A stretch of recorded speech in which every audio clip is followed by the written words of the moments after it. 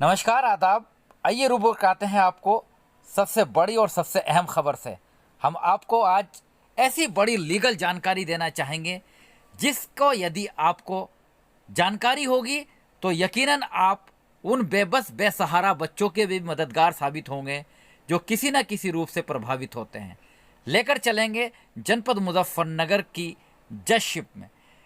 जनपद मुजफ्फरनगर की जजशिप में एडिशनल डिस्ट्रिक्ट एंड सेशन जज फास्ट ट्रैक कोर्ट फर्स्ट के न्यायाधीश हैं निशांत सिंगला। निशांत सिंगला ने एक ऐतिहासिक फैसला सुनाया है और ना सिर्फ उन्होंने दोषी को सज़ा सुनाई है बल्कि उसमें जो उसके 2 बच्चे प्रभावित हुए उनकी देखरेख तथा उनके लिए मदद का आदेश भी दिया है। और ये ऐसा प्रावधान भी है विक्टिम कंपनसेशन स्कीम जो कि अंडर सेक्शन 357A के तहत मिली हुई है। यदि आप सीआरपीसी की धारा 357A को पढ़ें तो उसके अंदर प्रावधान विक्टिम कंपनसेशन स्कीम का है और इसके तहत बहुत बड़ी बात ये होती है कि कहीं ना कहीं अक्सर आपने सुना भी होगा और देखा भी होगा कि अपराध हुआ, अपराध में किसी के माता पिता जेल चले गए या मौत हो गई। अब ऐसे में उनके बच्चे प्रभावित होते हैं, उनके बच्चों की परवरिश की जिम्मेदारी सरकार की भी है। एक बड़ा प्रावधान रखा गया है और बताया गया है कि उत्तर प्रदेश सरकार और केंद्र सरकार के समन्वय से एक बड़ा बजट जारी भी किया गया है जो कि ऐसे बच्चों की देखरेख की जाती है। तो हम आपको बताना चाहेंगे एक बहुत बड़ा केस आया और उस केस के अंदर जो मिसिस सपना थी, डाउरी डेथ में उनकी मौत हुई, उनके हस्बैंड जेल चले गए। अब 2 बच्चे, उन 2 बच्चों की परवरिश कौन करे? लेकिन जो निशांत सिंगला है उन्होंने बहुत बड़ा और कह सकते हैं कि जनपद मुजफ्फरनगर के इतिहास में पहली बार एक ऐसा फैसला सुनाया।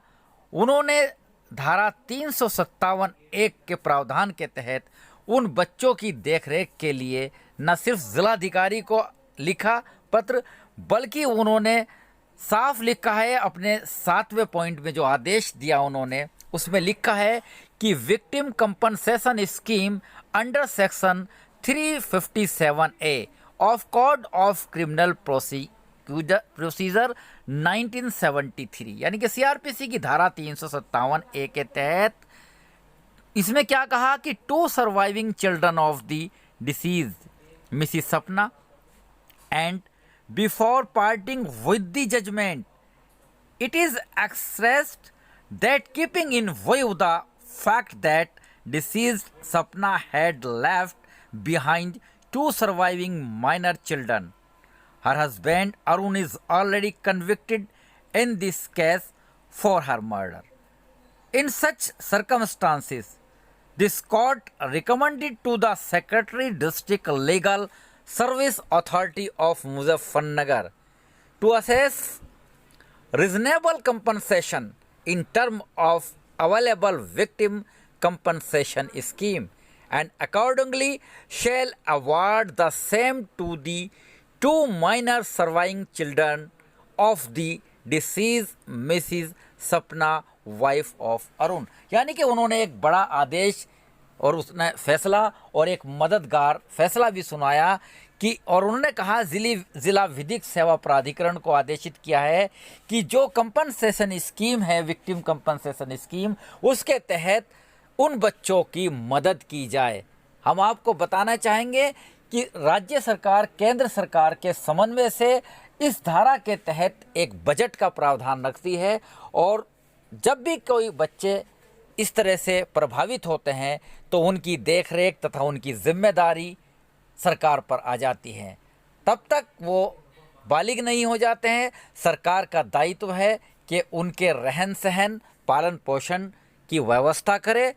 और ये एक बड़ी बात है, हमारी इस फैसले के बाद प्रत्येक अधिवक्ता से भी अपने साथियों से भी अपील और साथ साथ उन लोगों को भी जागरूक करना मेरा परम कर्तव्य है कि जो इस धारा का लाभ नहीं उठा पा रहे हैं।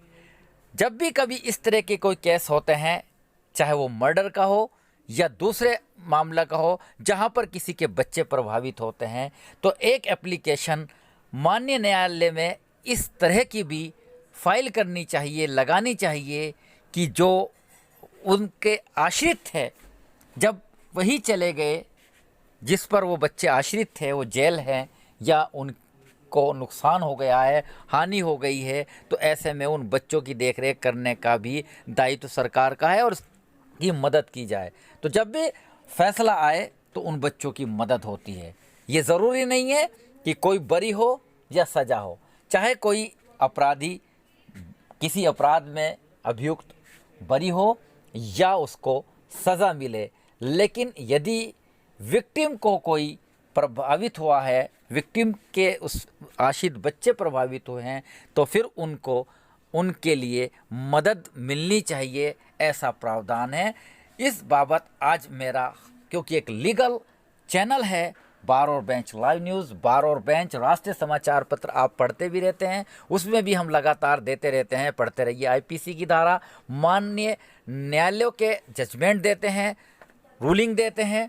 इसके साथ साथ ही बार और बेंच लाइव न्यूज़ चैनल पर आप इन चीज़ों का खुलासा भी देखते हैं। तो बहुत बड़ा डिसीज़न है, सराहना की जा रही है और आने वाले वक्त में हम इसके लिए एक मुहिम भी चलाएंगे, जागरूक भी करेंगे और अधिवक्ताओं से भी हम आपको मिलवाएंगे। आइए एक और वरिष्ठ अधिवक्ता सुधीर शर्मा मेरे साथ जुड़ेंगे। इस जजमेंट के बाद उन्होंने क्या कहा, सुने उन्हीं की ज़बानी। आइए जान लेते हैं, एक और विद्वान अधिवक्ता सुधीर शर्मा मेरे साथ सीधा जुड़ेंगे।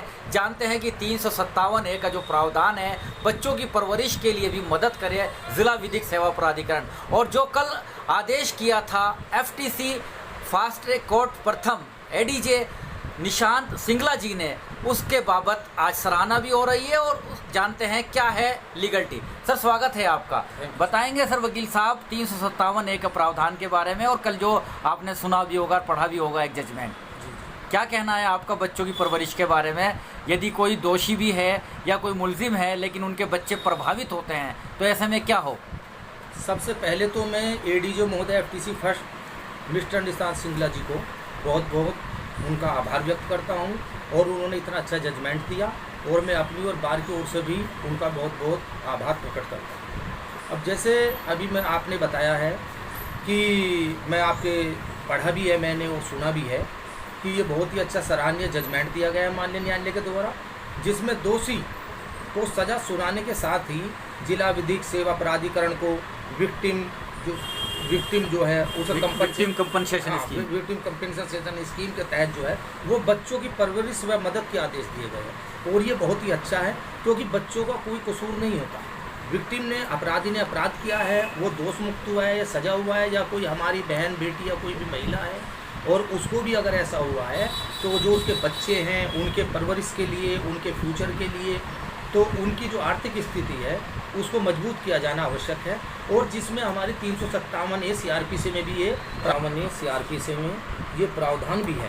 मैंने कानूनी जगत का जो हमारा प्रतिष्ठित चैनल बार और बेंच, मैंने लाइव न्यूज़ पर यह खबर देखी तो उससे जागरूकता भी हुई, और मैं जो बार और बेंच लाइव ये न्यूज़ चैनल है, मैं इसको अपनी ओर से बहुत बहुत शुभकामनाएँ देता हूँ कि ये हमेशा जो जागरूक करता है और सभी को इससे जोड़ता है, और जो भी जानकारी होती है वो सबको अवगत कराता है। तो मैं फिर दोबारा से इसको जो है बहुत बहुत शुभकामनाएं दूंगा, और ऐसे ही हमेशा ये जागरूक सभी को करते रहे। तो अभी आप सुन रहे थे, अभी आप देख रहे थे धारा 357A CRPC का प्रावधान के बाबत हमने आपको जानकारी दी है। क्या है एक्सपर्ट की राय, वरिष्ठ अधिवक्ताओं से और भी हम आपको रूबरू कराएंगे। इसके अलावा कानूनी जगत का प्रतिष्ठित समाचार पत्र बार और बेंच भी आप पढ़ते रहिएगा, और बार और बेंच से रिलेटेड जो भी खास समाचार होंगे आपकी सेवा में हाजिर होते रहेंगे। बने रहेगा मेरे साथ आरिफ शीश मैली, चीफ एडिटर बार और bench and news in today Lucknow Muzaffarnagar.